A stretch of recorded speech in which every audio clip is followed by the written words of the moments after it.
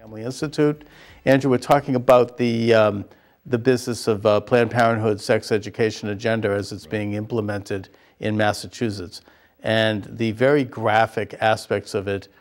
I would think that sex education, if it's going to happen, it should basically be dealing with the things like, for example, reducing and preventing rape.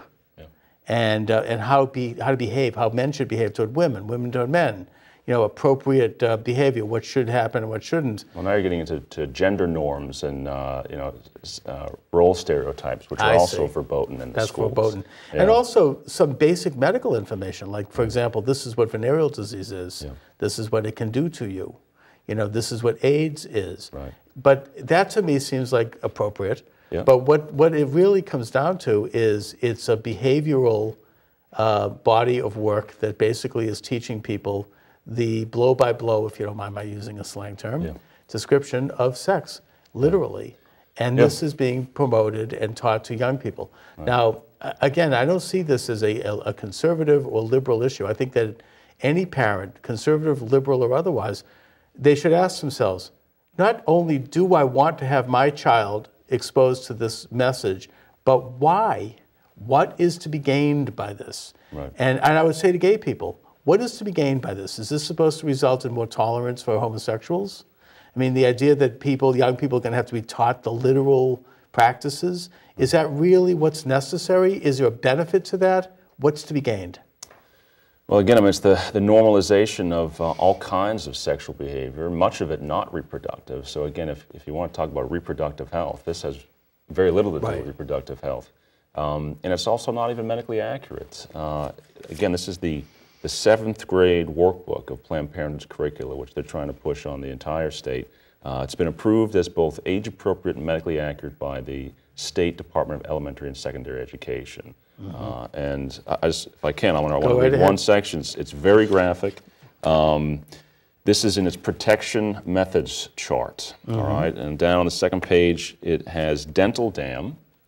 Again, this is for 12-year-olds, okay? Dental dam. The dental dam is a thin layer of latex, plastic, or polyurethane that acts as a barrier between partners when placed over the vulva, outside vagina, or anus during oral sex.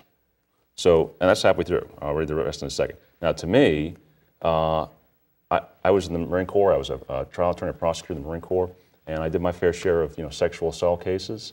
I had never heard of that particular sex act. All right. So if I'm as someone was approaching 40, pretty salty as it were, I'd never heard of that, and they want to teach my 12-year-old son. I don't know how in the world that's age appropriate, but it goes on. You can also use as a dental dam non-microwavable saran wrap or a condom cut in half. A new dental dam must be used each time.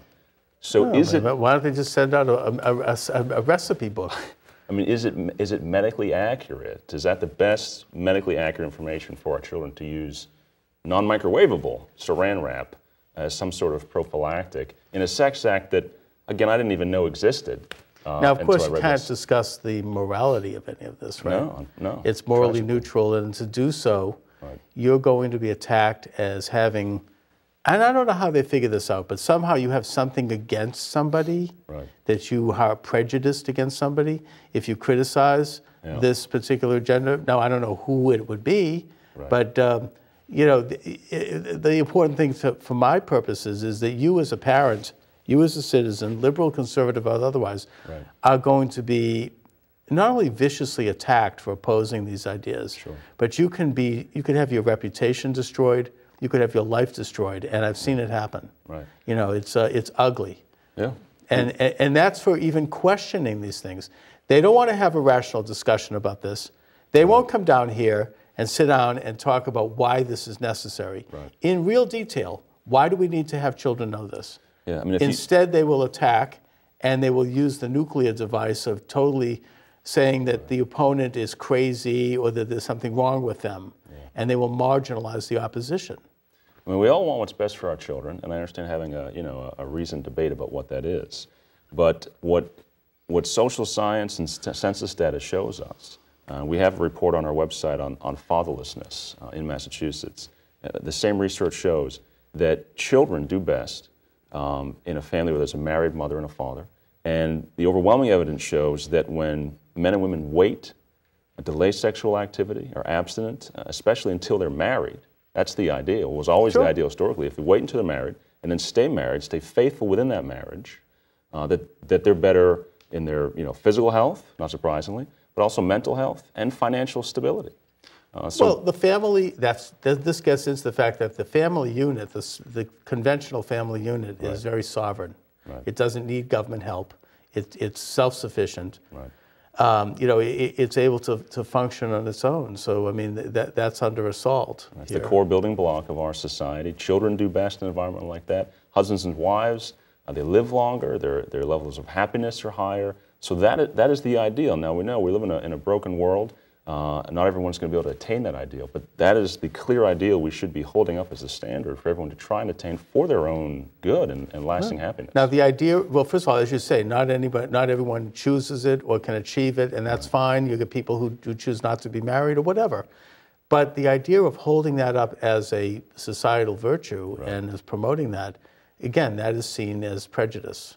You're going to be attacked. Yeah. That is seen now as that there's something wrong with you because you're best laughed off. Right? Yeah, I mean, Tim Tebow talks about you can forget about debating his arm, but he talks about how he's a virgin. He's waiting until he gets married, and he just gets ridiculed for that. Yeah. And even the Supreme Court decision rendered yesterday on gay marriage, redefining putting marriage. aside the issue of marriage, that's one thing. What bothered me about it was that the language used by the judges in attacking those who disagree, who support conventional marriage, it was so. It shows how our bench, our judges, have really gone down the tubes. Yeah. That they would never have used that kind of attack on entire populations of people in the past. With this denigrating language that somebody, you're being cruel and mean and you're viciously. It's all lies. I mean, these are all smears against people who support traditional marriage. The court said we're allowed to teach and advocate as people of faith for traditional marriage. But as people of faith, because we believe that natural marriage is what's best for individuals and for society as a whole, we have a moral obligation to not just teach and advocate, but to pursue that as a common good throughout our laws and public policy. But the court says once you take that step, once you try to actually live out that faith and build your culture around those moral principles, now you're demeaning. Right now, you're being a hater and a bigot. Right, that you're against the other person. When, in fact, the only people that are being hated now are people who do support conventional marriage, and in fact, it's worse than that because that could become criminalized. Yeah. You can now be first of all, you can be fined, and to be fined means ultimately you could be incarcerated. If you are a baker and you do not bake a cake with gay marriage symbols on it. Now, look, I would rather err on the side of freedom and say, if I were a Jewish baker and somebody came in and they wanted a Nazi swastika on the cake, I'd say no, thank you. And I'm not comparing it either. I'm not saying that gay marriage a principle is of free Nazism. Speech, right? And free exercise of religion. In fact, I bring it up because gay marriage is popular. Yeah. It's trendy. So therefore, it's easy to attack somebody who says, "I'm not going to bake the gay symbols." Right. But what it is I think both gay people and in a way religious people both are being used as cannon fodder here in an agenda, and that is to increase state power. What it is that for the first time in American history, you have the government able to go into a person's business and literally tell them what they can and cannot do in the function of their art. Yeah. This would be like if you went into an art gallery and you told the artist, I want you to paint this picture this way, not that way. Yeah. And if the artist says, but I paint it this way, they can be sued. They can have to go to jail. I mean, the government can now, regardless of the issue, they can go into a private business and tell the creator of that business that they have to do the creation itself in a certain way. Yeah. Now, this has nothing to do with discrimination either, because a gay person can walk into the baker and buy a cake. And if they told them they can't, then they would be in violation of the Civil Rights Act. Right. That's not what this is about. These are creative acts. It's the person who is making the cake or taking the pictures at a wedding ceremony. Cake, saying, you have to bake the cake my way, even though it's not what you're doing, because I want it that way, and if you don't do it, you're going to be charged with a crime. Right.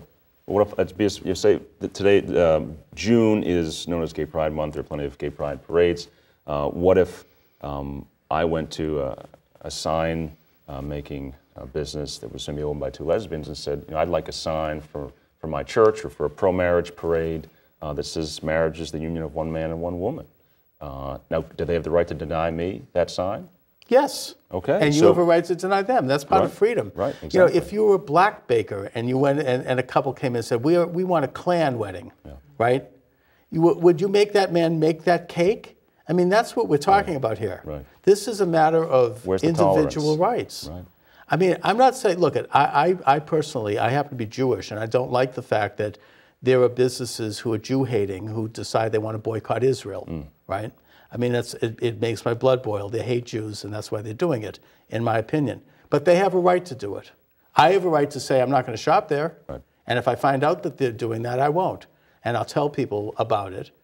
But in a free country, they have a right to decide they want to boycott the state of Israel if that's what they want to do. That's part of freedom. It's called tolerance. Right. And another concern I think you raised, when authority is taken away from parents, responsibility is taken away from parents, to whom is it then given? The state. So whether it's the authority and responsibility of educating our children on sexuality and sexual behavior, or whether it's the definition of marriage or the redefinition of marriage, when that's taken away from parents and individuals, then it's concentrated in the state. So that is part of it. Well, it's inseparable, the fact that if the state is going to legally redefine marriage, then they're going to be given the power to enforce that new definition. It's just, you can't separate the two things. It's not a matter of two gay people wanting to be married. That's fine, in my opinion. It's more to do with using the power of the state to not only legally recognize it, but then to enforce that. And as far as issues of marriage rights are concerned, those things have already been addressed legislatively. I mean, I think that people should have marriage rights if they're involved in a marriage relationship with children especially. But the point is, it doesn't have to therefore be legally declared marriage itself, which brings in all these other laws that can then restrict other people's rights. Yeah, and we do see essentially this sort of zero-sum game with sexual rights, where the prominence of the sexual desires of adults over not only the needs of children, but also the religious liberty of everyone. If you look at Gordon College up in the North Shore of Boston, it's a Christian school. They have, not surprisingly, a life and conduct statement that's based on their statement of faith, and that includes no sexual activity outside of marriage, and no homosexual behavior as well. And they kind of put that clarification in there because we live in Massachusetts and people call some same-sex relations marriage, even though it doesn't comport with the biblical worldview that school has and has a right to have under the Constitution. They've been threatened, at one point with loss of accreditation. There's real concern now at the Supreme Court, if you read some of the dissents, that the IRS and the federal government are going to revoke tax-exempt status for schools like Gordon because of their biblical view on sexual behavior. And although there's already been a little bit of a victory on that score with the Hobby Lobby case. Yes, but that's before this gay marriage decision. That's right. And again, just reading the dissents from Scalia and Thomas and Roberts and Alito, I mean, as Chief Justice Roberts said, this decision has no basis, no foundation in the Constitution. So if they can do this with marriage like they did yesterday, then they can certainly find a way to revoke. Well, they could do anything they want. Right. I mean, it's gotten to the point. I think it was Alito who said, folks should find no comfort or small comfort in this case when it comes to religious liberty. So that's a great concern. Now, Andrew, I want to ask you about the business of the reparative therapy. Sure. Now, this has been something that's been attacked by the left, including President Obama himself, by name, who said that this sort of therapy should be banned, it should be illegal. In other words, if a person goes to a therapist and says they have same-sex attraction and they want to talk about it, they want to explore it, it'll be illegal for the therapist to give that person therapy. Right, and I think even just like with the bill on the sex education, words matter, right? That bill talks about medically accurate and age-appropriate, and there's a great debate about what those words actually mean. Same thing with reparative therapy. There's legislation in Massachusetts that's pending on that, and it's couched in the term sexual orientation change efforts. And in the bill, those are defined as any therapy. And why that's important is, you know, people can talk about reparative therapy or conversion therapy, and there's differing discussions about what those mean and differing practices that are used. But what the bill actually says here in Massachusetts is, I think it's all treatments or all therapies. And that can mean just people sitting down like you and me and discussing. That would be illegal. That would be illegal if you have a child under 18. So it could be a 16, 17-year-old young boy or girl who is struggling with same-sex attraction, maybe because of their faith or for other reasons. They don't want to act out on same-sex attraction, or maybe they're struggling with gender identity disorder, and you know, they're a boy, but they sort of have this internal sense of being a girl. For them to go and get counseling from someone to be comfortable in their own skin, to say, no, you are a boy. I mean, first of all, from a strictly therapy standpoint, it seems to me that anything should be, a person should be able to get therapy for. Absolutely. I mean, the idea that they would come in and say, you can have therapy except on this issue, this is banned. You have the state, once again, coming in. There are several lies around this, too. First of all, there's no electroshock therapy. That was done away with in the 1960s. I haven't heard of anyone using it here in Massachusetts. And it was mainly a focus by a bunch of liberal therapists who were giving it to people for a lot of reasons. That's the scare tactic. It had nothing to do with this. And the second thing is that therapy is not enforced. You don't force, nobody can be forced to have therapy. It'd be a waste of time. Yeah, I mean, and a therapist who tries to force something, that's already illegal. I mean, that they could be, you know, lose their license. So there's no force. What it is that if a person or a parent wants someone to explore an issue, I think it gets down to that to have therapy on that issue questions the new orthodoxy, which is that you're born gay. And therefore, if you're born gay, that's it. You know, and they're telling young people, don't, you know, you're gay, and if you question it, then you're a bigot yourself. You just hate yourself. And you're locked, your self-hatred. And this is it. And that's, I think, partially why there are more suicides. People feel trapped in this. They want to explore it. They want to take a look. Maybe it isn't what I want. Maybe it is. And by the way, if somebody goes in for that therapy and they decide that they are gay, then that's fine. It's not a matter of trying to, you know, change it. It's just simply saying that if a person wants to explore the issue, look at their past, take a look at their relationships, you know, the idea of banning that? What is this, the Soviet Union? It would help them live the way they want to live. But you're right, it challenges the new orthodoxy, which says that sexual orientation is sort of hardwired from birth. You're born. But your gender is fluid. So you can be, you know, you can win the gold medal in the men's decathlon and then become a woman. So it really, it's self-contradictory, right? I mean, if I suppose our, it is. Our sex is hardwired. That's chromosomal. That's seventh grade biology. But you can become a woman or a man. If you feel that way on the inside, okay, and your sexual desires, those are going to be potentially fluid over time, and we've seen that, and that's what the you know, conversion therapy or sexual orientation change efforts seek to work with. That people's sexual desires, you know, develop over time and do change for some people, and for some they don't. But even more important than your desires is what actions do you take in response to those desires. And some people may want to live, I mean, as you know, as red-blooded American heterosexual males, we still have to channel our sexual desires. Everyone does. It's part of restraint. That's what religion teaches. We learn to restrain behaviors. I mean, that's what a moral society does, or even a scientific society. It's appropriate self-denial for the greater good, and that's what the left can't abide. And it's not just a matter of faith, it's also good scientific reasons for that. You know, you want to keep good health, for example. Yeah, people are happier and healthier if they deny themselves to some extent and focus their sexual energies into monogamous heterosexual relationships. But it all comes to, I mean, I think it also comes down to erring on the side of freedom. You know, if people want to have any kind of therapy they want, they should be able to have it. If people want to bake any cake they want, they should be able to bake it. Or not bake it. Or not. It's not a matter of discrimination. They're not saying to someone, you can't come in here because we don't like you, because we don't like gays, we don't like someone else. It's them telling the person, you have to create something the way we want to create it. Anyway, but we're reaching toward the end of the program, so I'd like you to talk a little bit about the work of Massachusetts Family Institute. Sure, right. Massachusetts Family Institute, or MFI as we call it, we are the State Family Policy Council for Focus on the Family. We have 37 counterparts across the country, state family policy councils that are associated with Focus. as well as the Family Research Council with Tony Perkins in D.C., and Alliance Defending Freedom, which is a Christian legal center based out of Scottsdale, Arizona. So we focus on strengthening families here in Massachusetts and upholding the Judeo-Christian values upon which the family is based. And we do that through research and education and advocacy, like we're doing now on the sex ed curriculum. And our main focus of family values are the sanctity of life from conception to natural death, the dignity of natural marriage and all the issues of human sexuality that surround that, and increasingly fighting and defending religious liberties. And where can people go to get more information about your group? Right, the best place is our website, which is mafamily.org, mafamily.org.